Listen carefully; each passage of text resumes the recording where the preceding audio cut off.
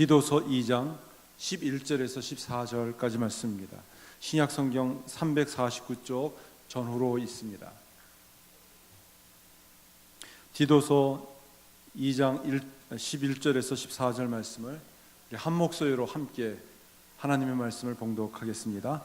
모든 사람에게 구원을 주시는 하나님의 은혜가 나타나 우리를 양육하시되 경건하지 않은 것과 이 세상 정욕을 다 버리고 신중함과 의로움과 경건함으로 이 세상에 살고 복스러운 소망과 우리의 크신 하나님 구주 예수 그리스도의 영광이 나타나심을 기다리게 하셨으니 그가 우리를 대신하여 자신을 주심은 모든 불법에서 우리를 속량하시고 우리를 깨끗하게 하사 선한 일을 열심히 하는 자기 백성 되게 하려 하심이라. 아멘. 교회 설립 기념주일을 맞이해서 세상에 소망을 주는 교회라는 제목으로 주의 말씀을 전하겠습니다.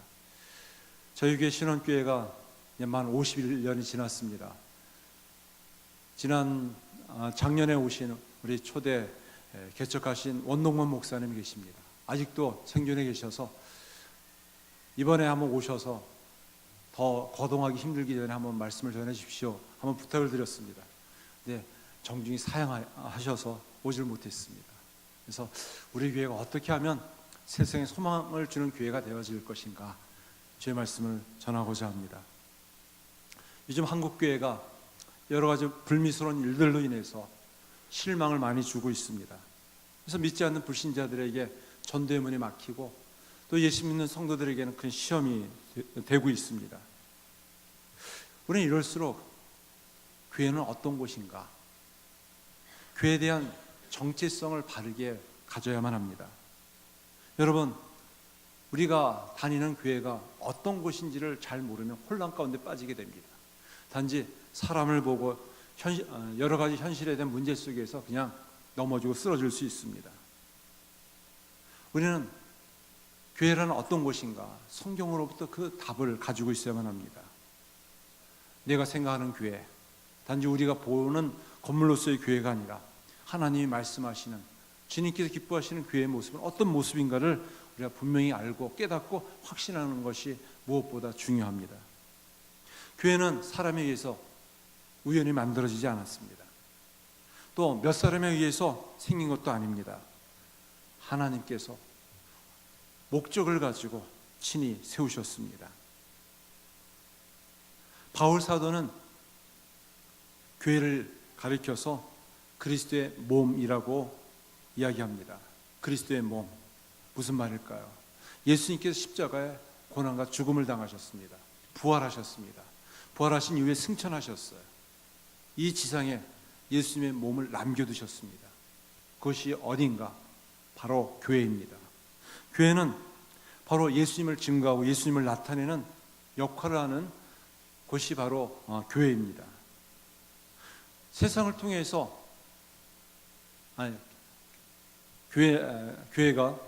교회를 통해서 세상은 그리스도를 알게 됩니다. 오늘날 지상의 교회는 연약한 부분이 많습니다. 불완전한 모습이 많습니다. 문제가 많습니다. 그럼에도 불구하고 지난 기독교 2000년 역사 동안 불완전한 교회, 불완전한 성도들, 또 불완전한 모습을 통해서 역사하여 주셨습니다. 이 땅에 하나님의 구원의 역사를 이루어 주셨습니다. 여전히 지금도 교회는 불완전하고 또 부족합니다. 그러나 주의 교회를 통해서 세상에 소망을 주기를 원하십니다. 세상에 소망을 주는 교회는 어떤 모습일까? 먼저는 믿음의 공동체입니다. 교회는 어떤 곳인가? 구원받은 백성들의 믿음의 공동체입니다. 11절, 12절 말씀입니다.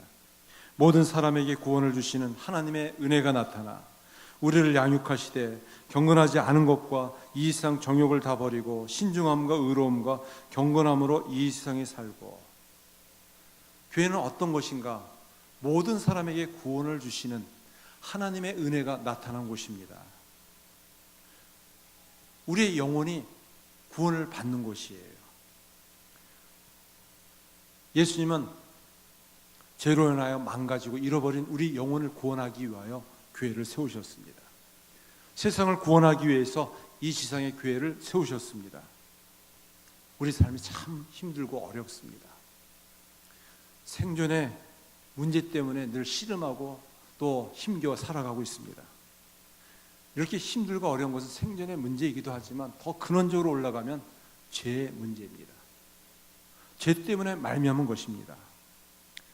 오늘날에서 여러 가지 많은 현실들을 봅니다. 정치의 문제, 또 경제의 문제, 교육의 문제, 여러 가지 많은 사회적 문제들을 우리가 지켜보고 있지만 그 근원적인 그 원인은 무엇이냐? 인간의 죄로 말미암은 것입니다.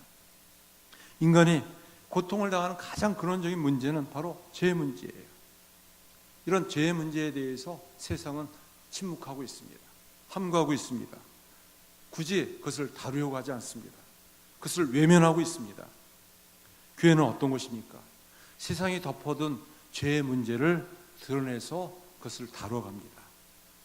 인간이 갖고 있는 죄가 무엇인지, 또 죄로 말미암은 인간이 갖고 있는 고통이 무엇인지를 다루면서 죄인이 어떻게 구원받을 것인가를 얘기하고 있습니다. 그래서 세상에 가장 좋은 소식, 복음을 전하는 곳이 교회입니다. 예수님이 이 땅에 오신 목적이 있어요. 그것은 우리 죄를 구원하기 위해서예요. 죄로부터 구원하기 위해서입니다. 구원받은 주의 백성들을 바로 천국에 이끌어 가기 위해서예요. 오직 예수님을 믿음으로만이 구원을 받습니다. 사도행전 4장 12절 말씀에서는 다른 이로서는 구원을 받을 수 없나니 천하 사람 중에 구원을 받을 만한 다른 이름을 우리에게 주신 일이 없다라고 말씀하고 있어요. 오직 교회를 통해서 복음이 전해져서 이 땅에 죄인들이 구원을 받습니다. 그러기에 가장 세상에 줄 수 있는 소망은 교회에 있어요. 오직 교회만이 영혼을 구원할 수 있기 때문에 그렇습니다. 예수 그리스도를 증거하는 곳이 바로 교회이기 때문에 그렇습니다. 교회 안에는 십자가를 만난 성도가 있고 또 십자가 없는 신자가 있습니다. 우리는 언젠가 다 하나님 앞에 서게 될 것입니다. 양과 염소로 구분될 것이고 천국과 지옥으로 구분되어질 것입니다. 십자가와 부활의 복음을 선포하는 것이야말로 교회가 갖고 있는 가장 중요한 사명이에요. 이 세상에 던져줄 수 있는 유일한 희망이기도 합니다. 죄에서 구원받는 것은 오직 예수님을 통해서만이 가능하기 때문에 그래요. 오직 교회를 통해서 이 복음을 들을 수 있기 때문에 그렇습니다. 교회의 핵심은 바로 영혼을 구원하는 일에 있어요. 교회의 사명은 구원의 복음을 선포하는 일입니다. 이것을 타협할 수도 없고 양보할 수도 없어요. 교회가 이 구원의 복음을 전하지 않는다면 세상은 구원받을 길이 없어요. 그러므로 교회는 끊임없이 예수 그리스도의 십자가 복음을 전해야만 합니다. 영혼을 구원해야만 합니다. 구원받은 백성들이 천국의 공동체로, 믿음의 공동체로 세워가야만 합니다. 초대교회, 교회에 대한 부정적인 이미지가 두 가지가 있었어요. 하나는 무엇이었냐면 기독교도들이 사람의 살과 피를 먹는다, 식인종이다 라는 소문들이 퍼졌습니다. 또 하나는 그들은 서로 형제 자매라고 하면서 난잡하게 성적으로 문란하게 있는 사람들이다, 타락한 집단들이라, 이런 식으로 와전되었습니다. 이런 교회에 대한 부정적인 이미지가 퍼지게 되었고 또 기독교도들이 대단히 핍박을 많이 받았습니다. 그럼에도 불구하고 초대교회 성도들은 예수님을 믿는 믿음이 흔들리지 않았어요. 오직 예수님을 믿는 믿음으로 견디며 이겨나갔습니다. 그 삶을 통해서, 교회를 통해서 예수님을 믿는 삶을 드러내었어요. 참 우리가 어려운 시대에 살아가고 있습니다. 네, 교회도 문제가 많아요. 목회자도 문제가 많습니다. 가장 큰 책임은 목회자에게 있어요. 앞에서 목회자가 좋은 영적 리더십을 가지고 본을 보여야 되는데 그러지 못함으로 인해서 교회가 많이 불미스러운 일들이 휩싸이는 모습을 볼 수 있습니다. 또 우리 성도들에게도 문제가 많습니다. 이런 문제 많은 세상에서 문제 많은 이 성도들, 그렇지만 우리가 어떻게 해야 할까요? 낙심해야 할까요? 그냥 비관해야 할까요? 아니면 시험에 빠지고 그냥 믿음을 저버려야 할까요?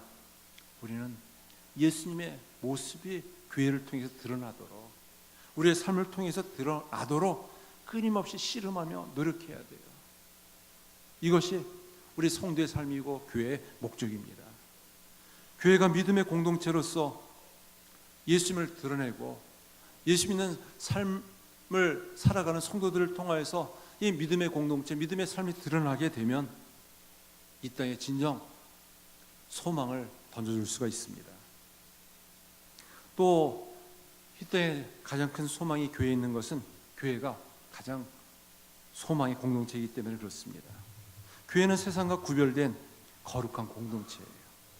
13절 말씀에 보면 복스러운 소망과 우리의 크신 하나님 구주 예수 그리스도의 영광이 나타나심을 기다리게 하셨으니, 우리에게 주신 소망은 복스러운 소망이다. 장차 예수님께 다시 오실 때 그리스도의 영광이 나타날 때까지 우리가 기다리고 있다라고 말하고 있습니다. 저와 여러분들은 예수님의 십자가 구원으로 말미암아 죄로부터 구원을 받았습니다. 하나님의 자녀가 되었어요. 그리고 성도로 이 땅 가운데 살게 됩니다. 성도, 세인트라는 말은 세상으로 구별받은 예수님의 삶을 살아가는 제자를 가리킵니다. 그 제자의 삶의 가장 중요한 본질은 무엇이냐면 거룩함과 순결함이에요. 교회가 교회다움을 잃지 않는 것 중에 하나는 바로 이상을 닮아가지 않는 바로 거룩함을 지켜나가는 데 있습니다. 초대교회가 갖고 있었던 교회의 능력은 무엇이었는가? 바로 거룩함과 순결함이었습니다. 당시 살과 피를 뜯어먹고 마신다, 식인종이다라는 말이 많이 퍼졌습니다. 그런 오해를 받았어요. 부정적인 이미지가 있었습니다.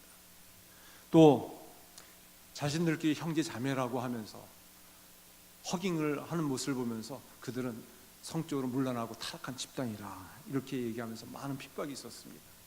그래서 그들은 더 이상 이 지상에서 살 수가 없어서 지하 동굴로 숨어서 신앙생활을 했어요. 거의 200년 이상 동안. 그것이 바로 카타콤입니다. 그러나 그들은 믿음을 지켰어요. 어떤 믿음이었느냐? 세상을 본받지 않은, 죄를 멀리하고 죄를 회개하고 거룩한 삶과 순결한 삶을 살아갔습니다. 이 이야기가 당시 로마에 퍼지기 시작했어요. 이 로마는 당시에 점점 타락하고 문란해서 부패하게 되어서 로마 황실의 원칙이 하나 있는데, 남자 성관계를 갖지 않은 이 처녀만이 로마의 황실의 시녀로 섬길 수가 있었어요. 근데 로마 전국을 다 살펴보아도 남자와 성관계를 하지 않은 이 처녀 여자가 없었어요. 소문을 들었어요. 저 지하 카타콤에는 기독교도들이 있는데 그들은 남자 성관계를 갖지 않은 여자들, 처녀들이 있다. 그들을 로마 군인들이 잡아다가 로마 황실의 시녀로 시킵니다. 그들은 착한 행실과 거룩함과 순결함으로 그 주인을 섬기기 시작했어요.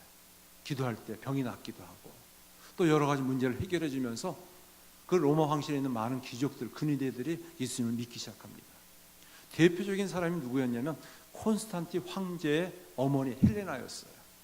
헬레나가 그 로마 황실의 그 시녀를 그런 전도를 통해서 예수님을 믿게 되고 신실한 기독교인이 되었어요.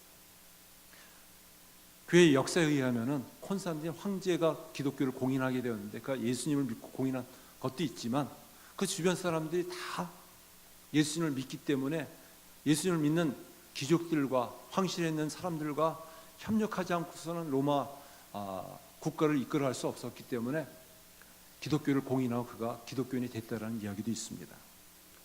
그렇게 로마가 가장 핍박했던 로마가 기독교를 공인하고 또 기독교 국가가 될 수 있던 비결은 무엇이었는가? 지하 카타콤에서 거룩함과 순결을 지키며 착한 행실로 믿음 생활했던 순결한 성도들이 있었기 때문에 그렇습니다. 교회는 거룩할 때, 순결할 때 이 땅 가운데 소망을 줄 수 있어요. 거룩함을 잃어버리게 되면 교회는 그 맛을 잃게 됩니다. 교회가 직면한 가장 큰 위기는 무엇일까요? 세속화예요. 세속화란 무엇인가요? 세상과 구별이 되지 않는다. 너무 같아졌다라는 것입니다. 그리스도인도 믿지 않는 불신자들과 너무나도 똑같아서 과연 그리스도인이 아닌지를 구분할 수 없다라는 이야기를 듣습니다. 교회와 세상과 다른 것이 무엇입니까? 그리스도인과 믿지 않는 불신자와 다른 것이 무엇입니까? 죄를 멀리하고 죄를 회개하며 더 믿음으로 거룩함과 성결함을 살아가는 것이에요. 특별히 우리가 갖고 있는 가장 중요한 가치관, 생각 중에 무엇이 있느냐? 이 물질에 대한 태도가 있습니다. 교회가 어떻게 물질을 다루느냐, 그것을 보면은 교회가 세속화된 교회인가, 또 성도들이 세속화되어 있는가를 볼 수가 있습니다. 다 물질은 중요하고 소중해요. 그러나 그 물질이 우리의 목적이 아닙니다. 그것은 하나님의 영광과 뜻을 드러내기 위한 수단이요 방편이에요. 주의 복음을 더 확장하고 영혼을 구원하는 데 더 아름답게 드려지고 쓰임받을 수 있는 도구예요. 그것이 목적이 될 때, 그것이 전부가 될 때 교회는 타락하게 됩니다. 성도들은 더욱더 세상과 닮아가게 됩니다. 변질되게 되어요. 그래서 교회가, 성도들이 그 재정을 어떻게 잘 다루는가를 보면은 교회가 어떤 교회인지를 잘 알 수가 있습니다. 성도들은 그런 얘기합니다. 교회에서 부담을 주면 저는 그런 부담 갖기 싫습니다. 부담 주지 말아 주십시오. 부담이 없는 편한 교회 다니고 싶습니다. 이런 이야기를 합니다. 사랑하는 성도 여러분, 우리 성도들은 좀 정직한 거룩한 부담을 가져야만 합니다. 부담을 가질 때 바른 신앙생활을 할 수가 있어요. 교회를 다닐 때도 부담 없는 편한 교회 다니자. 그래서 주로 대형교회, 큰 교회를 다니는 경우가 있어요. 그래서 뭐 드러나지 않고 봉사 안 해도 되고 헌금 안 해도 되고 뭐 출석하든 안 하든 상관없이 그렇게 익명성으로 다니는 경우가 많이 있습니다. 그러나 신앙이 자라지 않아요. 그냥 몸만 담고 있는 것이지 바른 신앙생활을 할 수가 없습니다. 여러분, 헌금도 좀 거룩한 부담이 필요합니다. 그래서 성도로서 하나님 앞에 드리는 마땅한 의무, 책임이에요. 그것을 강요하고 강압해서는 안 되겠죠. 또 임직을 빌미 삼아서 그것을 하나의 직분을 그렇게 줘서는 안 되겠죠. 그러나 11조 생활, 감사 생활, 주일헌금, 그것은 마땅히 구원받은 백성들이 하나님 앞에 드리는 예물이에요. 이 예배 때 마땅히 예물을 가지고 하나님 앞에 예물을 드리는 것이 은혜 받는 성도들의 가장 중요한 모습이에요. 봉사도 마찬가지입니다. 단지 몸만 왔다 예배 드리고 나갈 수 있어요. 여러분 한번 봉사에 대한 부담을 가지고 봉사해 보세요. 기쁨이 있습니다. 믿음이 자랍니다. 예수님께서 친히 말씀하셨어요. 누구든지 나를 따라오려거든 자기를 부인하고 자기 십자가를 지고 쫓으라고 말씀하셨습니다. 십자가의 부담 없이 교회를 다닌다는 것은 불가능한 일이에요. 신앙이 자라지 않습니다. 뿐만 아니라 우리가 교회를 향한 여러 가지 많은 기대와 소망이 있습니다. 그 중에 목회자로서 싸우지 않았으면 좋겠어요.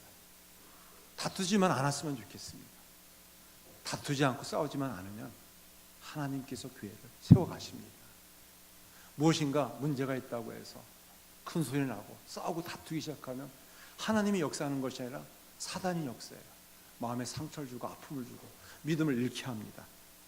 그러나 다투지 않고 싸우지 않고 큰 소리 나지 않으면 오히려 우리가 찬송하고 기뻐하고 힘들 때 기도하면 하나님께서 은혜 주시고 주의 위를 든든히 세워주실 줄 믿습니다. 그런 소망이 넘치는 교회가 되기를 간절히 축원합니다. 마지막 세 번째는 세상에 소망을 주는 교회는 어떤 교회인가? 사랑이 넘치는 사랑의 공동체가 되는 교회입니다. 교회는 세상으로부터 죄로부터 구원받은 믿음의 공동체일 뿐 아니라 세상으로 보냄받은 사랑의 공동체예요. 우리 예수 믿는 성도들의 삶을 통해 드러낼 수 있는 가장 귀한 자질이 무엇인가? 성품이 무엇인가? 바로 사랑의 실천자가 되는 것이에요. 14절 말씀입니다. 우리 한번 같이 한 목소리 읽어보겠습니다. 그가 우리를 대신하여 자신을 주심은 모든 불법에서 우리를 속량하시고 우리를 깨끗하게 하사 선한 일을 열심히 하는 자기 백성이 되게 하려 하심이라. 우리를 사랑하셔서 죄로부터 구원하여 주신 목적이 있어요. 그것은 선한 일에 힘쓰게 하기 위해서예요. 베드로전서 2장 9절 말씀에 베드로 사도는 우리에게 무엇이라고 얘기하는가? 너희는 택하신 족속이요 왕같은 제사장들이요 거룩한 나라요 그의 소유된 백성이니 이는 너희를 어두운 데서 불러내어 그의 귀한 빛에 들어가게 하신 이의 아름다운 덕을 선포하게 하려 하심이라 말씀합니다. 우리를 왕같은 제사장으로 거룩한 나라요 하나님의 백성으로 삼으신 목적이 있어요. 우리 잘 먹고 잘 살라고 교회 안에서만 묶여있는 삶이 아니라 세상으로부터 보냄 받아서 세상을 변화시켜서 세상을 구원하라고, 선한 일에 힘쓰고 주의 복음의 빛을 증거하라고 우리를 불러주셨습니다. 그래서 교회는 세상 밖에 있는 것이 아니라 세상 안에 있어요. 세상 한복판에 있습니다. 그러다 보니까 많은 어려움이 있고 도전이 있고 또 핍박이 있습니다. 시험이 있습니다. 그것을 잘 이겨나가야 합니다. 믿음을 가지고 지혜를 모으고 성도들이 힘을 합해서 잘 이겨나가야 돼요. 교회가 당면한 가장 큰 위기 중에 하나는 한국 사회도 마찬가지지만 저출산 고령화예요. 점점 더 교회가 고령화되어져 가고 있어요. 또 아기를 낳지 않음으로 인해서 교회가 주일학교가 없어지고 있어요. 한국교회 주일학교가 없는 교회가 60%입니다. 우리 동대구 노예 속해 있는 교회 중에 주일학교 없는 교회가 거의 60%예요. 주일학교가 없어요. 영아부, 유치부, 유년부, 초등부, 중고등부가 없어요. 대학부도 없는 교회가 태반입니다. 이유는 결혼도 어렵고 결혼해도 가정을 꾸려나가기가 어렵기 때문에 아기를 낳지 않는 것이에요. 우리 이런 어려운 시대 속에 어떻게 해야 되는가? 네. 영혼을 구원하는데 전도하기 힘들면은요, 열심히 아기를 가지세요. 가지시면 됩니다. 가슴으로 갔든 육신으로 갔든 꼭 가지세요. 그래서 한 둘, 셋을 꼭 낳으셔야 합니다. 요즘 한국 사회가 하나도 낳지 않아요. 하나도 낳지. 얼마 지나지 않으면 이 나라가 인구가 없어진다고 합니다. 요 근처에 있는 어느 교회 목사님이 그런 얘기 하시더라고요. 한 젊은 부부가 결혼해서 가정을 이루어서 찾아왔대요. 목사님, 저희 가정은 전도 잘 못해요. 그렇지만 전도 못하지만 애는 열심히 낳겠습니다. 이렇게 소원을 빌더래요. 기도해 달라고. 그래서 1년이 지나니까 아기를 가졌어요. 출산했어요. 그래서 축하해 주러 갔는데 또 1년 지나니까 또 애를 가졌으면 출산해서 둘을 낳았어요. 아, 그걸로 끝났나 보다 했는데 또 아기를 가졌다는 소식을 들은 거예요. 셋째를 낳았어요. 그래서 축하해 주러 가서 축복 기도해 주면서 그렇게 축하를 해줬는데 또 1년이 지나니까 또 아기를 가졌다는 것이 넷째를 낳았어요. 야, 그 가정이 대단하다. 젊은 가정이어서. 그런데 또 1년이 지나니까 또 아기를 가졌다고 해서 다섯째 아기를 출산했다고. 그래서 내가 영혼 구원을 위해서 전도를 많이 못하지만 네, 우리 전정매 집사님의 귀한 아들입니다. 밑에 동생을 또 낳았어요. 그래서 셋째 낳습니다. 그래서 다섯째를 낳았다라는 이야기를 들려주더라고요. 참 애를 낳고 키우는 것이 어렵기 때문에 참 우리 예수 믿는 믿음의 가정마저도 애 낳는 것이 쉽지가 않습니다. 근데 참 저희 교회가 참 큰 은혜이고 축복인 것은 저희 교회는 보통 자녀들이 셋입니다. 셋. 저렇게 앞에서 막 뛰어놀아도 그것을 참 기쁘게 받아줄 수 있는 교회가 되었습니다. 아이들의 웃음소리가 없는 교회가 참 많아요. 그냥 나이 드신 60대 이상 되신 어른들만 그냥 자리에서 예배드리는 경우 그런 교회들이 참 많이 있다는 것입니다. 교회가 더욱 사랑이 많아지기 위해서는 사랑의 선물들이 많아져야 할 줄 믿습니다. 뿐만 아니라 교회는 약한 자들도 나옵니다. 병든 자도 나옵니다.